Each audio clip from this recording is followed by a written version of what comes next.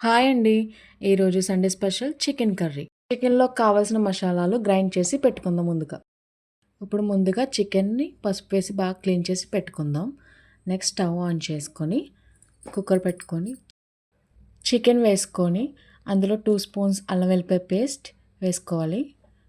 Next వచ్చేసి మనం ఇందాక రెడీ చేసి పెట్టుకున్న మసాలా పేస్ట్ కూడా వేసుకోవాలి. నెక్స్ట్ అలాగే ధనియా పౌడర్,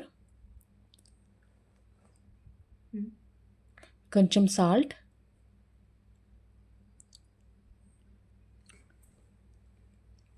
అండ్ తగినన్ని వాటర్ వేసుకొని నేను వాటర్ వేసుకున్నాక ఒక 6 విజిల్స్ వరకు రానివ్వాలి.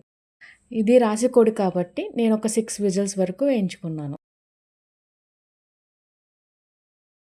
6 విజిల్స్ అయిపోయాక ఆవిరంతా పోయాక మనం ముక్క ఉడికిందో లేదో చూసుకుందాం. చికెన్ అయితే 70% బాయిల్ అయిపోయింది. నెక్స్ట్ ప్రాసెస్ వచ్చేసి ఆనియన్స్, ఇంకా టమాటో, ఇంకా గ్రీన్ చిల్లీ చాప్ చేసుకొని పెట్టుకోవాలి. స్టవ్ మీద ఒక కడాయి పెట్టుకొని స్టవ్ వెలిగించి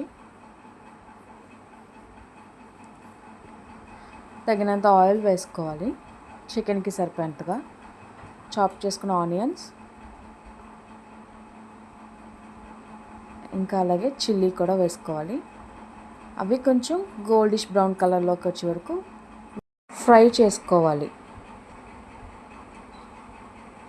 ఇంకా ఇప్పుడు గోల్డిష్ బ్రౌన్ కలర్ వచ్చాక టమాటో వేసుకోవాలి. అవి కొంచెం కుక్ అవ్వాలి బాగా మెత్తగా.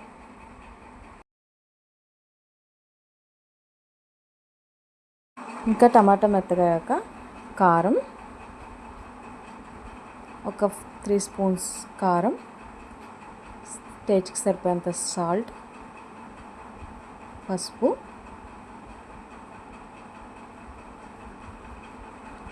ధనియా పౌడర్,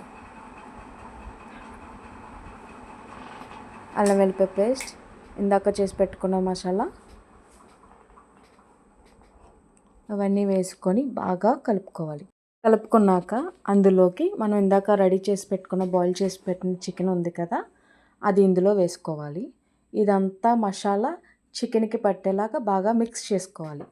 అది ఎంత బాగా మిక్స్ చేసుకుంటే అంతలా పీసెస్కి పడుతుంది బాగా.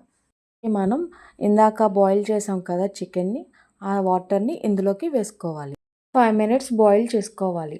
ఇంకా ఫైనల్గా కొత్తిమీర, కరివేపాకు వేసుకొని దించేసుకోవాలి. అంతే, టేస్టీ చికెన్ కర్రీ రెడీ.